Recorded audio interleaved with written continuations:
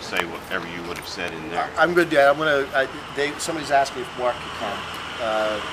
I guess this is follow-up to it being an open meeting and being disallowed to give a statement. But I'll hold comments for just a minute and give him a chance to get out of here. We'll go on. I would say this a little bit disconcerting. By the way, to the Delfest people, to the organizers, to the people hosting, thank you very much for your support. Glad you're here today. It's helpful. It's disheartening whenever public officials do something in this manner. Now you see small government at its worst today. Make a comment. It's funny. I didn't go to Delfest. I probably will next year. I got involved in this because I was outraged that the liquor board could deny a liquor license to somebody that was trying to do something just straightforward and good for tourism in the county. That's what got me started with this. We have to be clear about something. They are correct. There is not currently. I'll hold it.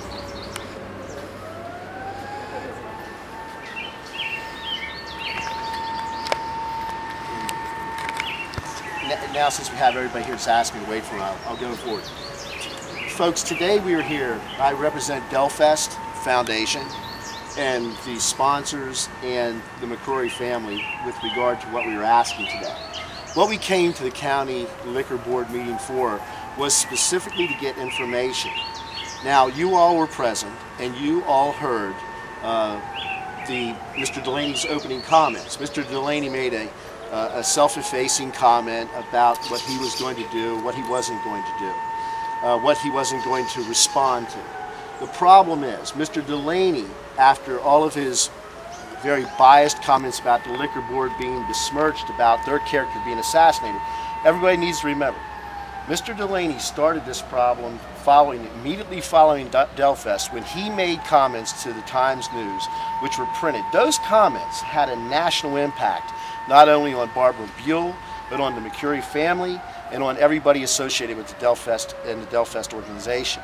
So what we had come here today was, before we start the process of licensing for next year, we've been accused of violating sections of Article 2B of the liquor laws. That's absurd. There's been no violations, and 30 days later they cannot articulate those violations. We are here today to simply ask. He wouldn't have had to answer any questions to make a formal response, because we have been getting stalled on this type of issue now for 30 days. What did we violate? If we violated it, we will make whatever amends that would have needed. However, we know of no violations, and they don't know of any violations. There were comments made on WCBC radio by a president of a local organization, a local alcohol wholesaler. Those comments on their face just made no sense. Those comments literally, they just didn't apply. They applied to retailers and alcohol. It would be absurd and it would be illogical for anyone to assume that you cannot have a festival and charge a sponsorship fee. That would be like anybody coming to a festival that holds a valid Maryland liquor license or a wholesaler's license and asking to participate. So they've muddied the water. They've kept this issue in the dark, hidden, and now we are behind the veil of small government. I have spoke over the weekend with Commissioner Stakem. I've spoke with Senator George Edwards. I spoke with various other members of the delegation. I have also made various calls to various individuals who are concerned. And in every instance, what we're getting is simply, we need to ignore the problem and go forward and make amends from here forward. The allegations that were leveled, the type of conduct that went on, simply cannot be ignored. And sadly, I have to tell you folks that are here for Delfest, this issue has to be resolved, and has to be resolved very shortly. This morning at approximately 12 o'clock, well, this afternoon at 12 o'clock in California time, Mr. Strickland will be meeting with Del, will be meeting with members of his family, and they're going to be making a decision. This type of event can't be held, cannot be delayed. There are people interested in this festival. You've read on the internet, I believe that Dre Andrews has actually made some comments that this could be as big as Telluride, and it could. In 4 short years, it went to 30,000 people. This is an event that has a national interest, and the damage that this board did was national because of that. A lot of things were said that were just untrue.